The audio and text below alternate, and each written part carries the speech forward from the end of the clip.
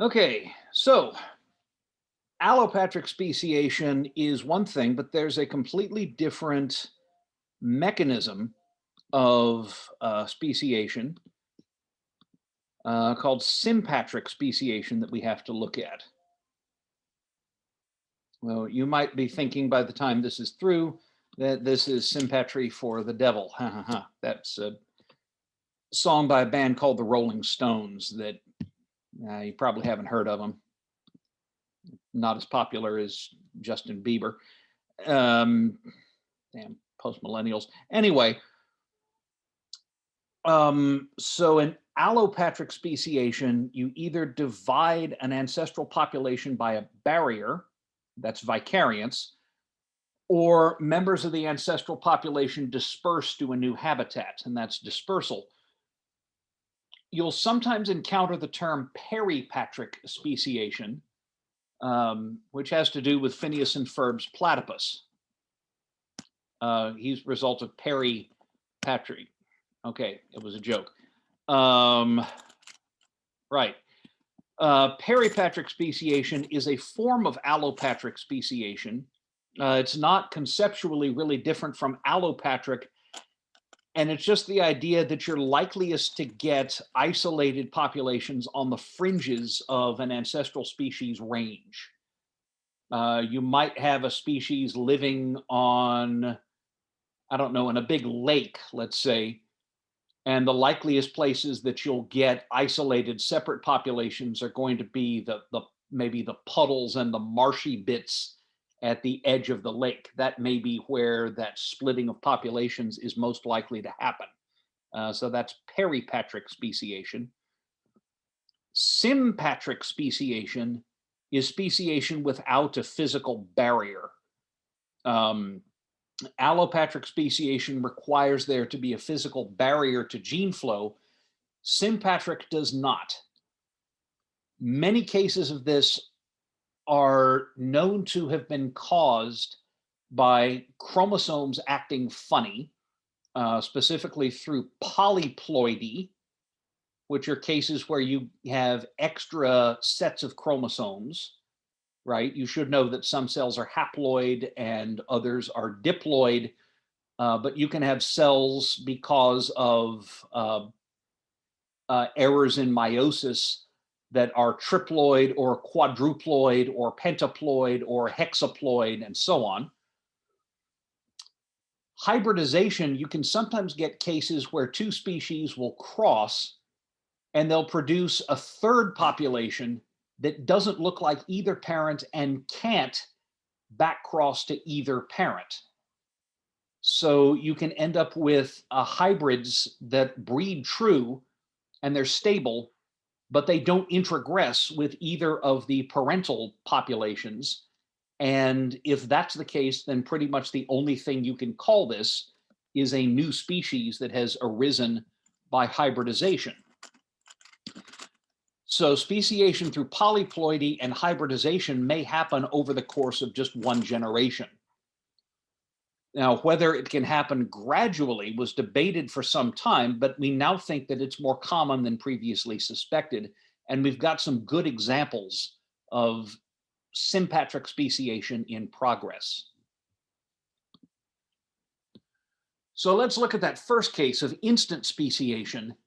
This is much more common in plants than in animals. Somebody pointed out once that part of the reason that evolutionary biology developed in the ways that it did is that most of the architects of the modern synthesis were trained on animals. They worked on fruit flies or rats or people or what have you. Plants, for reasons I don't fully understand, get up to a lot of weird chromosome tricks that animals generally don't. One is you can get two plant species that may hybridize and they can produce a variety that's not like either parent and that also may not be cross-fertile with either parent. And then in polyploidy, because of errors in meiosis, you can end up with an egg that instead of one of each chromosome has two. or a sperm nucleus in the pollen that's got two of each chromosome. Whoops, I got that backwards, didn't I? An egg that has two copies of each chromosome instead of one.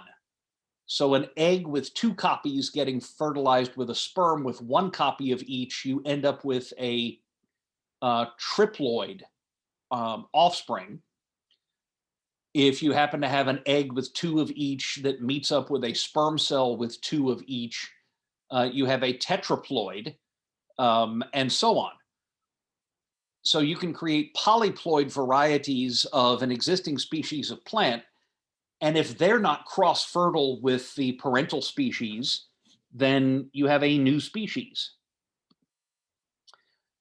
An estimated 15% of angiosperm species and 31% of ferns are estimated to have arisen relatively recently by polyploidy. And you can see this when you look at species in the same genus and you count their chromosome numbers. Chrysanthemum sigetum is a pretty flower in the genus Chrysanthemum. The leaves are actually edible and used in Japanese cooking, and its diploid number of chromosomes is 18. Chrysanthemum coronarium looks very similar to Sigetum. You know, I don't think you'd have any argument with the idea that these belong in the same genus.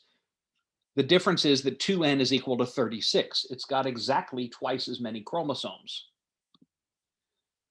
Chrysanthemum indicum is the one that's most commonly planted in the US for garden display. And here you can see it, you know, it looks pretty similar to Sigetum and coronarium. It might have extra petals, but 2n is equal to 54. So you have three species in the same genus whose chromosomes are small whole number multiples of each other, 18, 36, 54. The simplest way that can happen would be that if occasionally you have a diploid egg, if a diploid egg gets fertilized with a normal sperm, you end up with a triploid, which is weird, but sometimes triploids can be viable.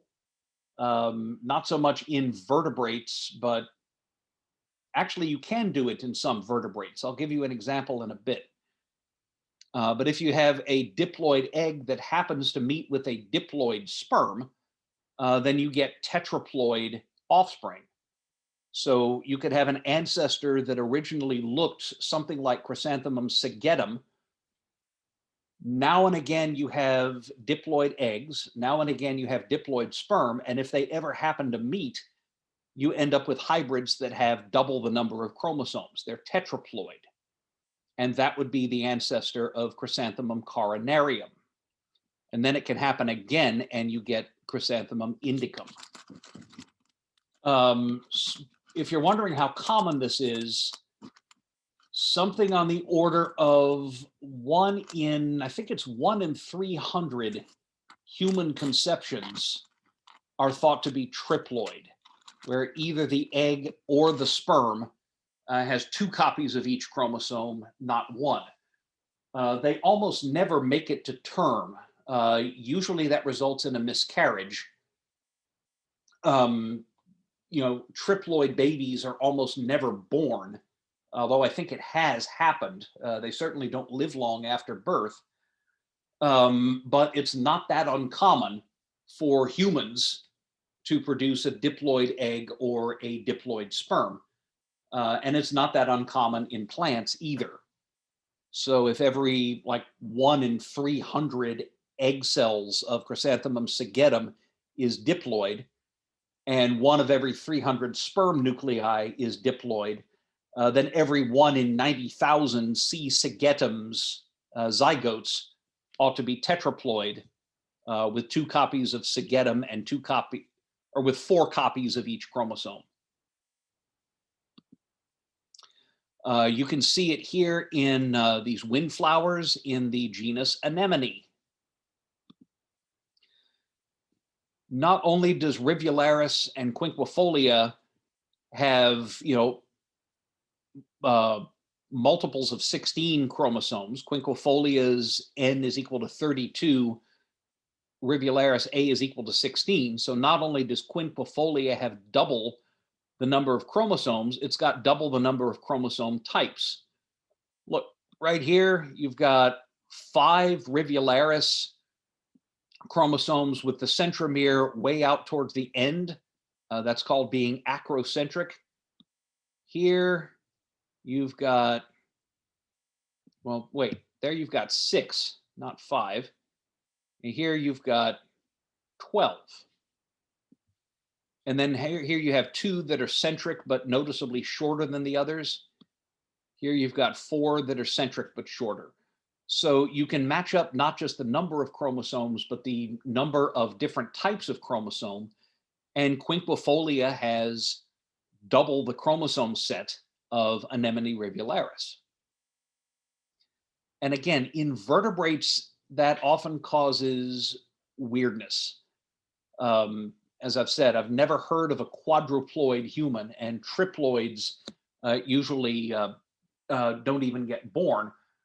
Plants can compensate for wildly off chromosome numbers much better than animals can. And I don't really have a good answer why.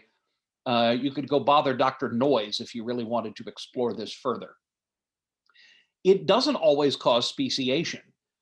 There were a bunch of these flowers they tend to be on older lawns around about April in Conway. This is the spring beauty, Claytonia virginica, very common plant around here. They don't all have this kind of pink veining on them. Some of them are bright pink.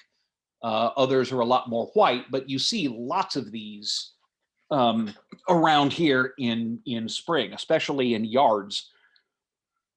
It turns out they come in 3 diploid so-called races, where the number of chromosomes, the diploid number is either 12 or 14 or 16. And in each of these chromosomal races, you can find polyploids going all the way up to 2n equals 191. And yes, that means they've got 85 pairs of chromosomes plus, oops, there's one left over. And for some reason, this doesn't seem to form barriers towards interbreeding. Plants can still interbreed with different ploidy levels. And I have absolutely no freaking idea why. But evidently they do. Claytonia is doing very well. I thought about coming up with a lab for evolution when I teach it in spring that makes everybody count chromosome numbers in plants. But counting chromosome numbers in plants is one of the biggest pains in the butt that I know. So I haven't felt cruel enough to make students do that yet. Okay, so polyploidy can happen if a diploid egg happens to encounter a diploid sperm. Or possibly if something goes awry in maybe the very first cell division of the zygote, if the chromosomes duplicate, but cell division doesn't take place properly. How does hybridization work? Well, in 1928, we have Soviet scientist in Soviet Union named Gennady Karpychenko. And Karpychenko is trying to breed super vegetable for Soviet Union. And I will drop stupid accent. Karpychenko supposedly was trying to breed a vegetable that would have the best of both worlds. It would have the big edible leaves of the cabbage, Brassica oleracea, but would also have an edible root like a radish, Raphanus sativus. They're both in the same plant family. They're both in the Brassicaceae. That's the mustard family. They both happen to have the same number of chromosomes, but normally the F1 hybrid is infertile because the chromosomes can't pair up properly at meiosis. So you can cross a radish and a cabbage, but the hybrid can't normally produce its own gametes. The hybrid can't normally produce its own eggs and sperm, because for that to happen, the chromosomes have to pair up because we have crossing over in meiosis. And the chromosomes from the radish are different enough from the cabbage chromosomes that they can't pair up with each other. Very rarely, however, an F1 hybrid will produce diploid eggs or diploid sperm. As I mentioned, this happens. This can happen in people. Diploid eggs or diploid sperm are called unreduced gametes. They're produced by meiosis, but they haven't gone through the reduction in chromosome number that is supposed to happen when meiosis takes place. Go back to the behind the woodshed, by the way, and reread your descriptions of mitosis and meiosis if you're not familiar with how they work. I'm assuming that everybody still remembers. So very rarely you'll get a diploid egg in a hybrid, and very rarely you'll get a diploid sperm nucleus in the pollen of a hybrid. And if a diploid F1 egg unites with a diploid F1 sperm, you get a fertile F2 plant. And that F2 plant now has, each one of its cells has 2 chromosomes from the radish and 2 of each chromosome from the cabbage. So now when it undergoes meiosis, every radish chromosome pairs up with another radish chromosome, and every cabbage chromosome pairs up with another cabbage chromosome, and meiosis goes fine, and this F2 plant can produce viable eggs and viable sperm. And this F2 plant can now found an entire new population that has 2 of every radish chromosome plus 2 of every cabbage chromosome. We call this allotetraploidy. The process I described earlier, where a diploid egg and a diploid sperm from the same species happen to meet, that would be autotetraploidy. Auto means self, self-tetraploidy. Allotetraploidy, you have 2 of each chromosome from each parental species, so the hybrids are fertile because they can carry out meiosis. That's allotetraploidy. Allo, remember, means different. So the result was a fertile plant. It couldn't backcross with the cabbage, it couldn't backcross with the radish, and it didn't look like either a cabbage or a radish. Karpachenko placed it in a new genus, the genus Raphanobrassica. Now, Karpachenko the story is that he was trying to grow plant with big leaves, delicious leaves like cabbage, and delicious root like radish. So it would be super vegetable because you can eat both parts, and Soviet Union becomes strong. However, we have saying, natura dura, жизнь индейка и судьба копейка. Nature's an idiot. Nature's an idiot. Fate isn't worth a penny. And no, natura dura, судьба индейка. Fate is a turkey. И жизнь копейка. And life isn't worth a penny. There we go. Nature's an idiot. Fate is a turkey. Life's not worth a penny. That's a Russian saying, because what Karpachenko actually got was this. The plant does not have the edible leaves of the cabbage and the big tasty root of the radish. It actually ended up kind of the other way around, with leaves like a radish and a root like a cabbage. It is still grown occasionally as a fodder crop for silage. This is the kind of thing you can grow a field of, chop it down, put it in your silo, let it ferment, and the cows can eat it over the winter. There have also been some hybrids produced in the same way between Raphanus sativus, the radish, and Brassica rapa, which is best known as turnip. And a different variety of Brassica rapa is bok choy. There's another Brassica rapa variety that's an edible green eaten in Japan called Mizuna. And those hybrids were developed in 1982. So these allotetraploids turned out to be not that useful, but they do certainly work. Raphanobrassica will grow perfectly well. You can't backcross it with radishes. You can't backcross it with cabbages.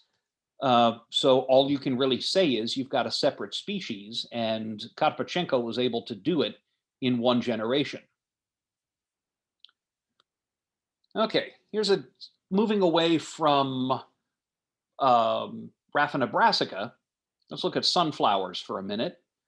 This is based on work done at the University of Kansas, I think, by Lauren Reisberg.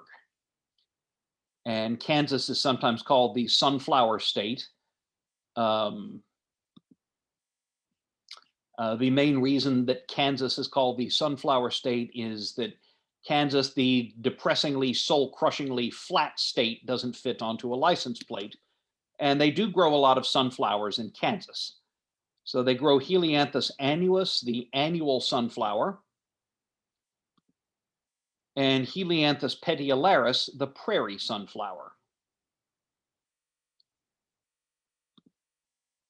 Now here's the thing.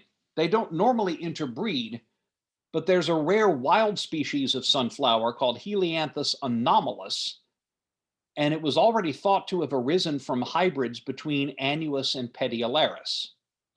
It was already thought to be a hybrid originally between these two separate species. It's different from the parental species through several chromosomal inversions and things like that. Inversion is a type of mutation where an entire piece of the chromosome ends up going in backwards, and you can live with that. And anomalous is ecologically specialized. It's native to sand dunes, whereas its parents live on the prairie. So what Reisberg did was hybridize annuus and petiolaris. They almost never interbreed in the wild, but Reisberg was able to get them to do it and produce these hybrid lines that he was able to cultivate. Incidentally, these are not allopolyploids. All of these sunflowers have 2n equals 34. So this is just a straight up hybridization, but it doesn't involve doubling the chromosome number. And so he was able to get annuus and petiolaris to interbreed in his lab 3 separate times. The hybrids turned out to be fertile, so he raised each of the hybrids for a few generations. And here's what he got. Let me see here. I'll use the highlighter. All right, so here's what he got. Annuus and petiolaris, when you crossbreed those, less than 1% of the seeds are fertile. Right over there's the percentage of fertile offspring, and it's 0.78. So fewer than 1 in 100 seeds produced by crossing annuus and petiolaris are fertile. That's not absolute reproductive isolation, but it's very close. Annuus and anomalous can't interbreed with each other. The percentage of fertile seeds that you get there is, 0.16 or 0.18. That's less than 0.1% of the seeds that you get when crossing annuus with anomalous, or petiolaris and anomalous. Fewer than 0.2% of those seeds are fertile. So annuus, petiolaris, and anomalous look to be pretty well reproductively isolated. Not absolutely, but very close to it. So we can probably call these 3 separate species. Okay. So Reisberg was able to isolate a very small number of fertile seeds from crossing annuus and petiolaris, and those grew into plants, and he bred those plants for a while and ended up with 3 hybrid lineages, and each of those could interbreed with the other with a fertile seed percentage of greater than 70%. So the hybrids have all been produced by crossing annuus and petiolaris. They can all interbreed with each other and produce fertile offspring about 75% of the time. That's pretty good. The hybrids can't interbreed very easily with either of the parents. So this hybrid lineage 1 only produced fertile seed 20% of the time with annuus, and the other one only 14%, and this one about 9% of the time. So the hybrids are not very fertile with this parent. They're really not fertile with the other parent. You cross the hybrids with Petiolaris, and you get, on average, maybe 1% of the seeds are fertile. So the hybrids that he made in the lab are mostly reproductively isolated from both parental species, but all three of the hybrids can interbreed with anomalous, the species we think evolved from a wild hybrid, about 40% viability. So the idea is that he was able to recreate these hybrids in the wild, and he found out that they could interbreed with Helianthus anomalus, which is the species that everybody thought came from a natural hybrid. What Rieseberg was able to do was basically duplicate the founding of Helianthus anomalus. He was basically able to duplicate a speciation event in his lab, which is pretty cool. What's even weirder is that the same parentals that we started with, Annuus and Petiolaris, seem to have hybridized at least 2 more times. So we have Helianthus anomalus, which lives in sand dunes, Helianthus deserticola, which lives on desert floors, and Helianthus paradoxus, which lives in desert salt marshes. So we have 3 different species. All of these are ecological extremists, meaning they inhabit niches that their parent species can't. They live in extreme environments that most other plants can't live in. The idea is that if you do hybridize 2 unrelated species, what you can get is novel combinations of genes, combinations of alleles that normally you wouldn't see. And this gives you a great deal of adaptability, that a hybrid that's got genetic material from both parents, has a lot of alleles in its genome that may enable it to adapt to environments that its parents couldn't live in. There's something about blending different genetic heritages that gives you a plant that is hardier than the parents were, that can live in environments where the parents could not live, like desert salt marsh. We estimate that 70% of angiosperm species, flowering plants, are derived from polyploids or hybrids. This is updated that about 15% of angiosperm speciation events are accompanied by polyploidy. That leads to about 35% overall of species that are polyploid, and then others arise from hybridization. Hybridization, we think, allows plants to colonize extreme habitats because it generates these novel combinations of traits that haven't been tried before. And hybridization and polyploidy are important because an awful lot of crops are either hybrids or they're polyploids. A famous example, I don't know if I included, I guess I didn't include the slide. I really should have. But some famous work was done in Japan in the 1930s by a Korean, ethnic Korean scientist living and working in Japan. His last name was Yu, and in the Latin alphabet, that would usually be spelled Y-O-O. But as he published in Japanese, his work is usually called the Triangle of U, spelled just the letter U. So if you look up the Triangle of the letter U, that's in reference to this Japanese-born Korean scientist. he showed that if you took Brassica rapa, the turnip, and Brassica oleracea, the cabbage, hybrids between those two had given rise to Brassica napus, which is the roots are grown as rutabagas. Don't know if you've ever eaten those. They're perfectly tasty.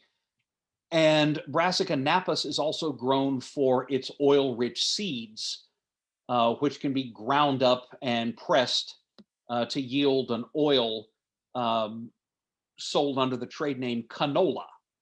You can find canola oil alongside all of the other cooking oils in the supermarket. So rapa crossed with oleracea gives you Brassica napus, rutabaga, and canola.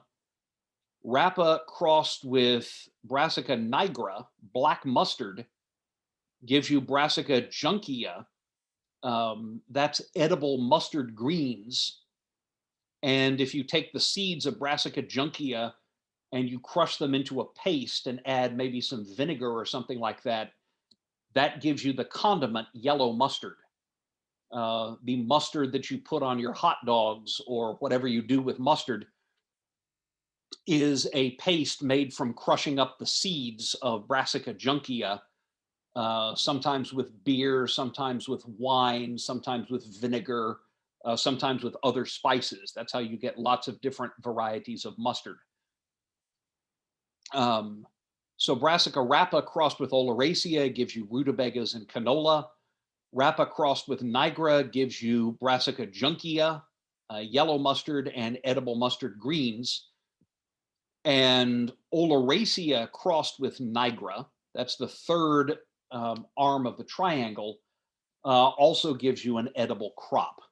Off the bat, I forget what it is, but it's a case where we have 3 wild species, each one of which is hybridized with the other 2 to produce 3 hybrid species that are also edible. That's the triangle of U.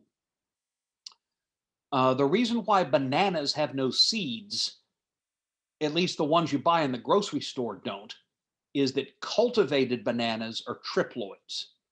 Now, when I was doing my undergrad, I lived in New Orleans, and my senior year, I lived in this falling to pieces old building that I'm surprised it was still standing. We had a termite emergence in the bathroom when I was living in there. It's a mercy that the shower didn't fall into the subfloor space.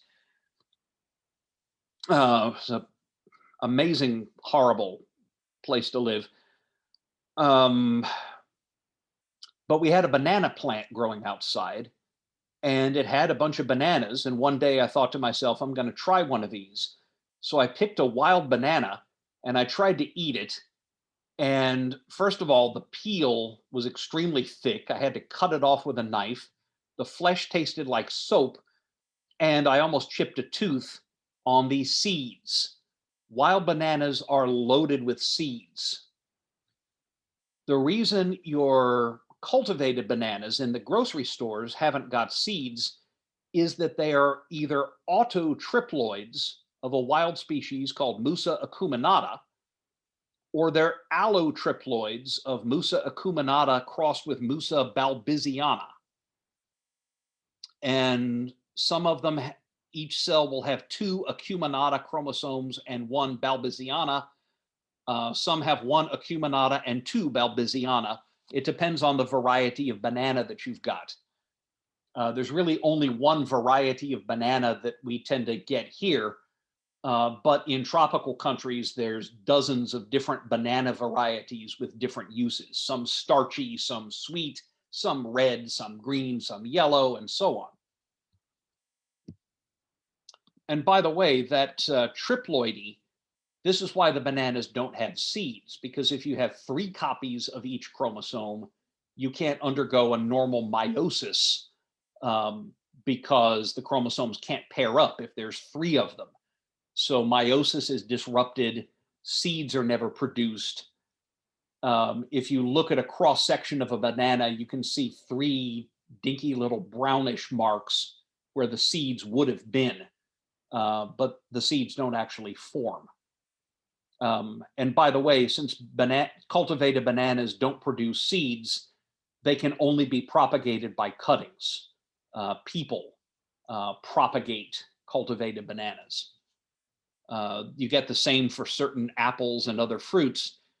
And then cultivated wheat descends from a wild grass native to the so-called Fertile Crescent, this kind of crescent-shaped piece of land extending from Israel up to Turkey and then down along the Tigris and Euphrates rivers in what's now Iraq. There's a wild grass that has relatively large seeds on it called Triticum urartu, and that has been cultivated by people for about the past 10,000 years or so, and the common name for it is emmer. Not a lot of emmer is grown today. Some still is, and I think you can find it in like your high-end granolas, or your ancient grains, breads, and cereals. You can find some emmer in some of the fancier, health food, exotic cereals and breads and things like that. Now, emmer has been grown in fields for 10,000 years. So has a common weed called Aegilops speltoides. And Aegilops speltoides is also a grass. And every now and then some emmer pollen will get onto Aegilops speltoides flowers or vice versa. And most of the time that gives you sterile hybrids, but occasionally you'll get an diploid egg and a diploid sperm finding each other. And that's given rise to durum. Durum wheat, Triticum turgidum, has 2n equals 28. It's got 2 of every emmer chromosome and 2 of every Aegilops chromosome. Durum is still grown. They grow a lot of it up in North Dakota. Not so much for bread, but durum wheat is the grain of choice for making pasta. So if you've eaten spaghetti recently, unless it was that gluten-free stuff, it was probably made out of durum wheat. Okay, but durum grows next to another weed called Triticum tauschii, and every so often durum diploid or tetraploid eggs might encounter Triticum tauschii sperm, and occasionally those sperm are going to be diploid. And so we get a hybridization between turgidum durum wheat and Triticum tauschii to give rise to bread wheat, Triticum aestivum. That's the variety of wheat that is mostly grown for baked goods. The flour for your bread comes from Triticum aestivum. So the most common type of cultivated wheat is an allohexaploid. It's descended from 2 hybridization events, and it's got genetic material from 3 ancestral grasses, wild emmer, Aegilops speltoides, and Triticum tauschii. And incidentally, they, like Britney Spears, oops, they did it again, because cultivated bread wheat recently has been crossed with rye, and that forms a new allo-octoploid plant. It's a plant with 8 of each chromosome, 2 from emmer, 2 from Aegilops, 2 from Triticum tauschii, and 2 from rye, genus Sakali. So we have an allo-octoploid plant that's got genetic material from 4 separate ancestors. It's called Triticale. This is another one that may not be too familiar, but I believe I have seen it on the ingredients lists of some of the fancier, yuppie chow breakfast cereals that you might find at a store like Whole Foods. It's not super common, and I'm not entirely sure why, but it is grown and there are some commercial uses for it.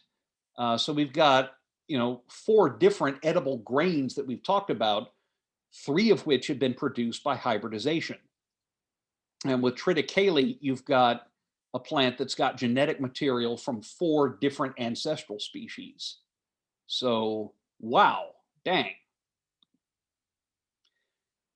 It's not nearly as common to see this in animals, but there are a few examples. And a classic one is whiptail lizards of the Southwest United States, genus Nemidophorus. I've seen some of these guys skittering around in the Mojave Desert of Southern California and Southern Nevada. But you get them in Arizona and New Mexico too. And there's a species called the New Mexico whiptail, Nemidophorus neomexicanus.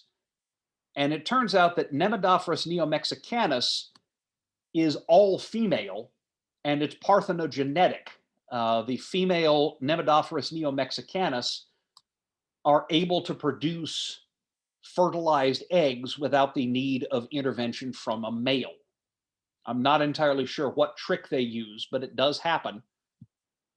And Nemidophorus neomexicanus is a hybrid between 2 different species of whip-tailed lizards, the western whiptail, Nemidophorus tigris, and the little striped whiptail, Nemidophorus inornatus. Similar things have been observed in certain geckos. So there's Nemidophorus tigris. And there's Nemidophorus inornatus. And they don't normally interbreed, but when they do get together, what you get is Nemidophorus neomexicanus, which is unisexual. They're all female, and they are parthenogenetic. They're just able to lay eggs that are fertile and develop as a fertilized egg normally would without the intervention of a male. So there are some cases where we get speciation by hybridization and polyploidy in the animal kingdom. That's actually a pretty good place for me to take another break. I've got 10:43. Go ahead and take another 15. Let's make it 17 minutes, and we will reconvene at 11, and we'll look at other ways in which sympatric speciation can happen. So I will stop the recording now.